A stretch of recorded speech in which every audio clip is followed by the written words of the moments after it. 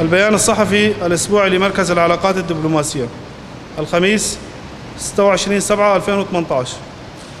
الوضع في عفرين. المعلومات تؤكد حتى الآن أن الدولة التركية لا تزال تمارس انتهاكاتها في عفرين. حالات الخطف مستمرة، ويتم مطالبة ذوي المخطوفين بفديات مالية إن لم تدفع يتم قتلهم. في عفرين هناك ممارسات تظهر بشكل واضح لمنظمة داعش الإرهابية، حيث تم العثور على أشخاص مخطوفين وعليهم آثار تعذيب، وهناك جنازات تم العثور عليها وهي مقطعة. التجاوزات مستمرة على الشيوخ والنساء، وهناك حالات خطف حتى لذوي الاحتياجات الخاصة.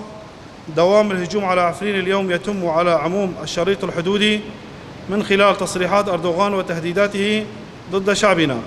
ما حصل في سريكانية محاولات لضرب الاستقرار والهدوء في المنطقة. على جميع دول العالم أن يتحركوا لوقف ممارسات الدولة التركية ومرتزقتها في عفرين وتهديدات أردوغان ضد شعبنا في عموم شمال سوريا. تفجيرات السويداء. نندد بأشد العبارات باسم مركزنا ما حصل في مدينة السويداء بتاريخ 25/7/2018، ونتضامن مع شعبها. وهذا الهجوم في الهدف مماثل للهجوم على عفرين، حيث أن مكافحة شعبنا الإرهاب كان ولا يزال دفاعاً عن عموم سوريا. نترحم على الضحايا ونتمنى الشفاء العاجل لجميع الجرحى.